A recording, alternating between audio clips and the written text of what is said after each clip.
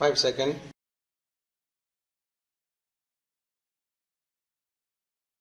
Start.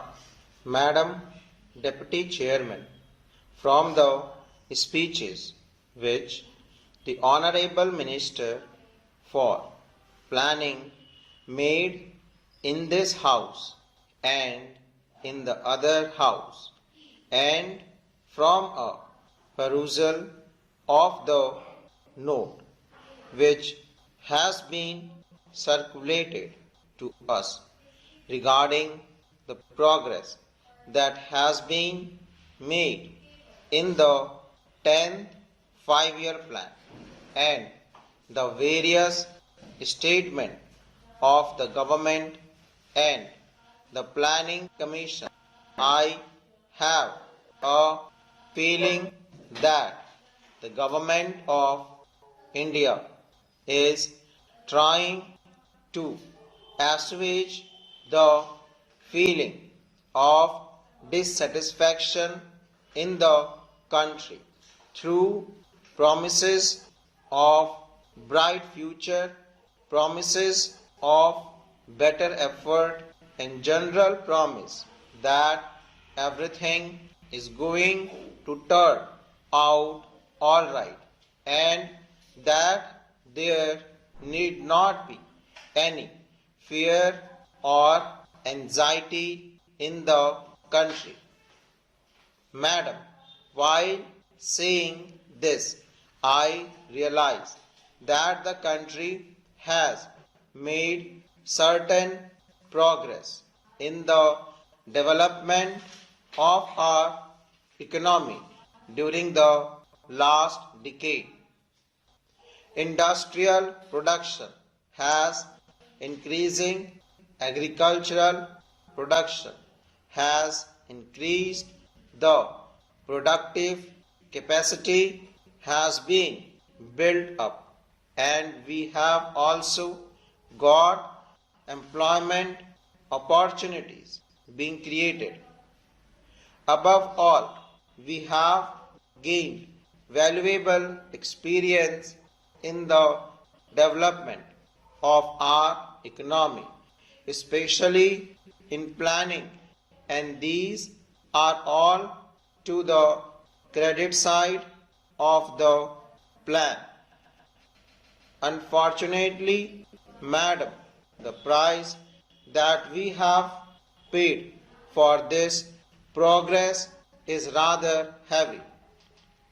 The imbalances that we have created are likely to go out of control unless definite steps are taken to see that the imbalances are corrected at the earliest opportunity.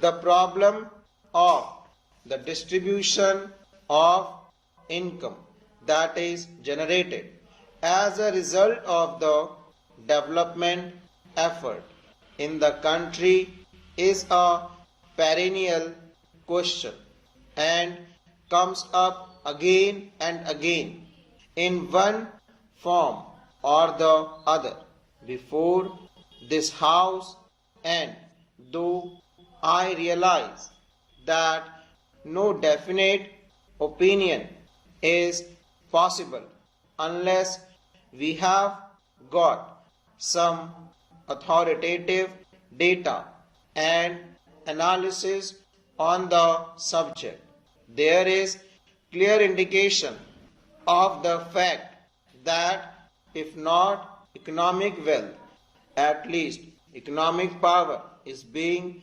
concentrated in fewer and fewer hands. As long as economic power is concentrated in such few hands, it will not be possible for us to develop in the manner in which we like, whatever may be our regulatory and control apparatus, whatever may be our policy, whatever may be the objectives that we have placed before the country. Similarly, the imbalances between the rural and the urban sector is also increasing. I do not know whether in the rural areas some income has been pumped in as a result of our planned development. It is possible that the well-to-do peasants, the richer peasants, might be benefited as a result of our economic development.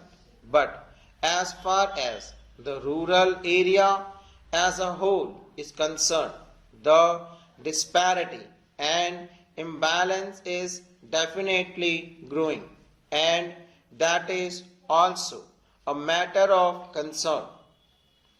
The very fact that urbanization takes place at such a rapid rate in our country is visible proof that the imbalance has been growing, with the result that neither the urban areas nor the rural areas are today in a position to live the life that they were living before our planned developmental efforts started. Now, there is overcongestion in the urban areas. The civic amenities are all on the point of breaking down, and they continuously break down with the slightest accident here or there. The slums are increasing at a rapid rate and unemployment is increasing.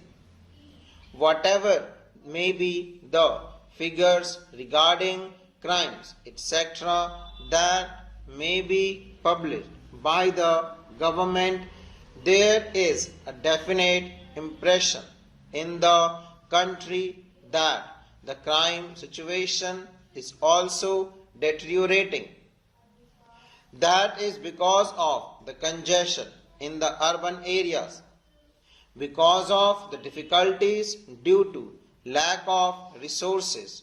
They are unable to deal with the problem that arise as a result of the over congestion, and the problem of law and order becomes more acute as a result of this urbanization. Thirdly, the question of unemployment has also taken a rather serious turn, and when the government spokesman addresses homilies to others regarding the agitation against high prices and higher taxes, they completely forget that year by year one earner has to support more and more people, and they have got the authority of no less a person than the planning minister himself to say that the real income of the earner, at least in the lower income group, has not risen, and in spite of that, that earner has to support a larger and larger number of dependents.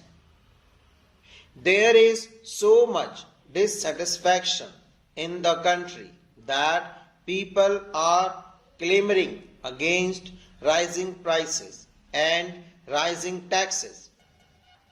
The planning minister has given us a frank picture regarding what has happened in the first year of the 10th plan period, and we are grateful to him for this frank picture. The figures that he has cited have given us a clear idea of what is happening to our economy at the present moment. But he has tried to strike a note of optimism. He has tried to explain a reason that are reasonable for this state of affairs, and he has also indicated that the Planning Commission is conscious of all these drawbacks, full stop.